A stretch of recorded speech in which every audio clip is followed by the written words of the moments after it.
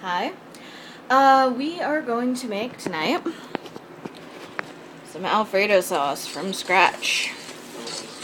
And we are going to start off by making a roux, like we did last time for the country gravy. I have got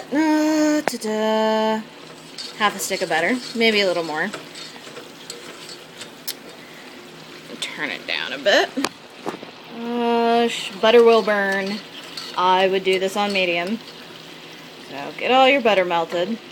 What we're also going to need is flour, milk, heavy cream, Parmesan cheese, sea salt, well, I like sea salt, ground mustard, white pepper.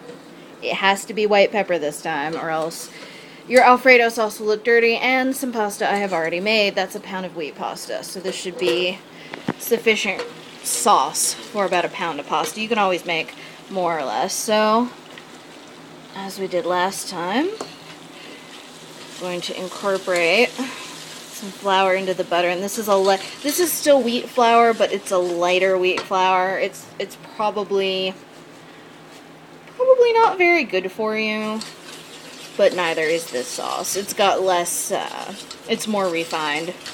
I don't know, I decant it into a bigger, I decant my flours into a bigger container, so I can't tell you exactly what's in it, but it doesn't have the big pieces of flour like we had for the country gravy.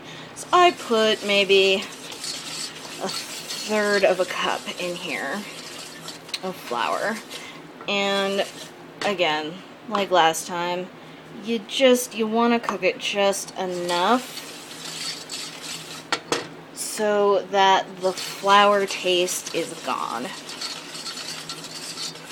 And with this, again, you cannot stop whisking, or else this entire thing will burn. So I'm filming with my left hand, whisking with my right, and hoping the pot doesn't come off the burner. Okay, whisk, whisk, whisk, whisk, whisk. The last thing you want is for your nice, lovely, creamy Alfredo sauce to taste like flour, because that would be absolutely nasty. And like I said, I like to make a thinner roux than some chefs. Some chefs add enough flour to make a really, really thick paste. And it's thick under my whisk, you can feel it, but no matter. I don't prefer that, but that is not an incorrect method. I like to have a larger butter to flour ratio, and I'll put the ingredients like I did last time in the end, in the notes under my video. It's starting to get brown, so now's the time to turn the heat to medium. And whoo, see, stopped whisking. Turn the heat to medium and put in some milk. And again, whisk the hell out of it.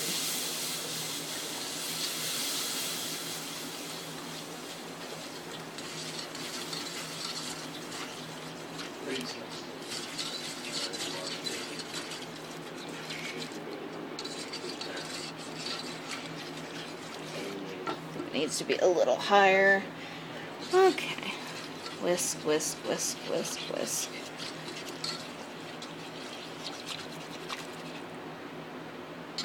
If it's not thick enough when you pour in the milk, turn the heat to high and wait, because it'll happen. It needs to be on a high heat to make the chemical reaction that thickens the gravy. There you go. See, you can see it. You just saw it thicken up, and turn it to medium again. Yeah, in order to make now I need a little more milk. In order to make the chemical reaction that thickens the sauce, sometimes you need to turn it back up on a high heat. So if you add milk like I just did, and now I'm going to add some heavy cream. Can't stop whisking. If you add milk like I just did, and it's still not thickening up, you got to turn it to high until you see it start to thicken and bubble, and it will. And turn it back on medium. So you see how it's getting that nice light white color. It's almost eggshell. That's really what you want it to look like. And That's just the bit of leftover from my recipe the other day for country gravy. I'm going to open up use another half a pint of cream, and you got to keep whisking, but here's the point where you can leave it for a minute, maybe open up the cream, which I'm going to do. Hang on. Yeah. Alright. Sorry, I had to put you down for a minute. I'm going to add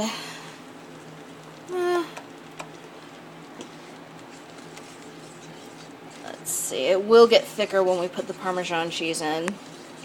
The see-that cream gives it that really nice white white color.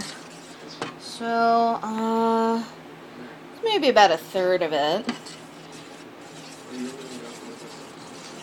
Well, you can get the Parmesan in the package, or you can make your own. I should really open stuff ahead of time before I do this video. Sorry, bumpy for a second, because I'm doing this one-handed on my iPhone. At the very least, you can appreciate my talent. Okay, gotta keep whisking. As soon as you see those bubbles come to the top, whisk it. It's still at the burning stage. Oh, I forgot my own steps. Before you put the cheese in, put your spices in. Put in the salt. Let me put in my spices, and then I'll tell you at the end how much I used. So I ended up using a lot more than I initially said in my last video. It's getting a little thick. Add some more cream, which is never a bad thing. You can use white pepper in this recipe if you wish. Some people like it more. I like to use white pepper because it blends in. I mean, it makes a really, truly regular looking Alfredo sauce. Alfredo sauce is supposed to be white. That's why we didn't cook the roux as long as we did for the gravy. That's why we used a different flour that didn't have nice, lovely bits of wheat stuff that, you know, happens in wheat flour sticking out of it.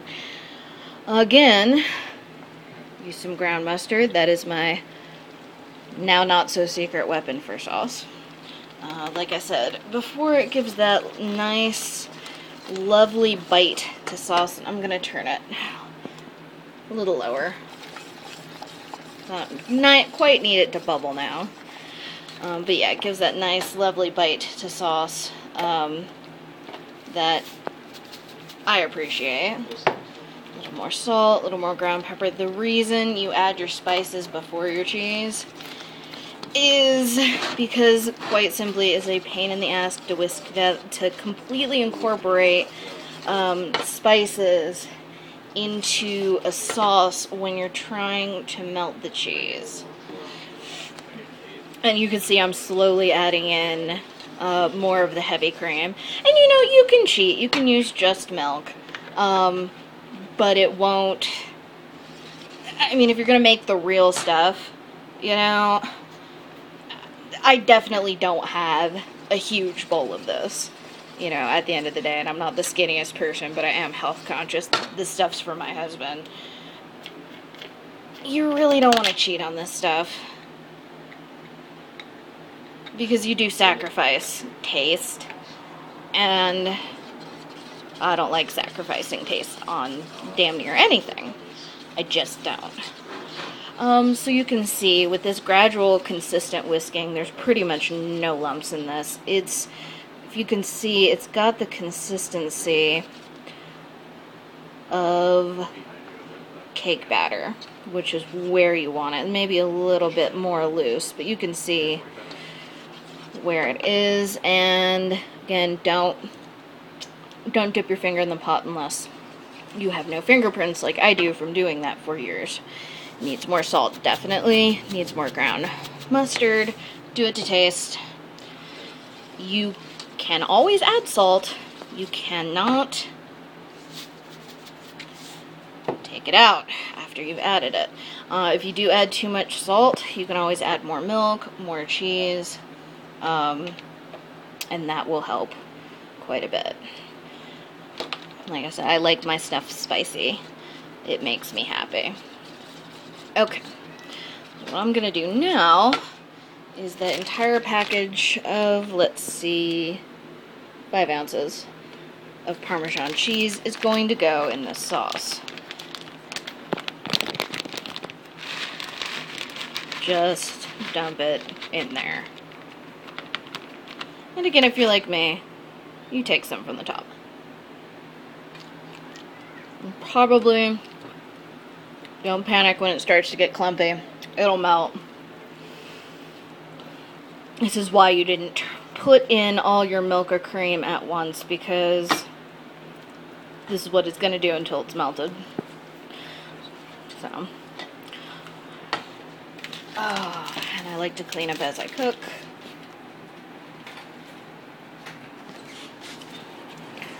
So at this point, you add the last bit of your cream. This is a pint. I'm using, feels like it's going to be just over half a pint with the extra that I used from my country sausage gravy recipe. And the heat is now on medium. And you just keep whisking until the cheese is melted and everything is incorporated.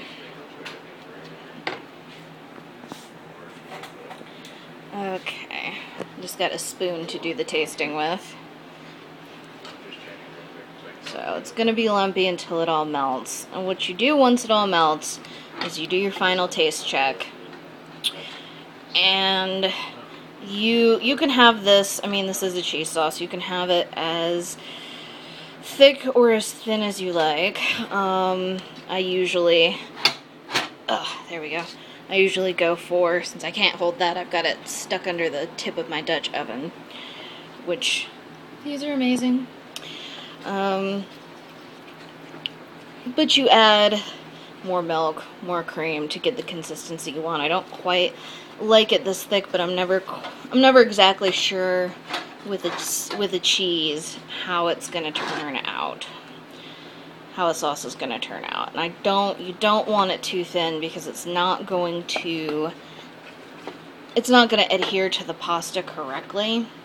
It'll just be a gross soupy mess. You add a little more milk. And again, with the liquid, you can, you could put in liquid, but you can't take it away. And again, you fix that by putting in a little more cheese. I'm not the perfect cook. I have ruined, and the lumps you still see is unmelted cheese. It's not the actual gravy. I'm not the perfect cook. I have definitely ruined some dishes. You never know unless you try it. And, Heidi, I fully expect you to burn this the first time you make it. And Erin, I fully expect you to burn this the first time you make it. So, you should probably call me on FaceTime so I can advise doing this particular sauce. This Alfredo sauce is nice. You can turn this into, instead of using Parmesan, and actually, I do use Parmesan for my mac and cheese. I make this when I've got bits and pieces of cheese left in my fridge that I want to use up. And I make this. It is less delicate. You have to be less worried about the color, less worried about the flour you use. But you just add bits and pieces of the extra cheese, and I like cheddar in my mac and cheese, and crema or whatever extra you've got. You can, it's easier, it'll melt easier if you grate it up, but I'll throw it in the pot, put it on low, check it once in a while. Alright, let's taste it. So. Yeah, it's done. The Parmesan and the Alfredo sauce adds this lovely bite to it that you cannot get at a restaurant. You've got to make it at home. There's no compromising on that. I'll leave it on the burner. I'll turn off the stove. And I will leave the whisk in, because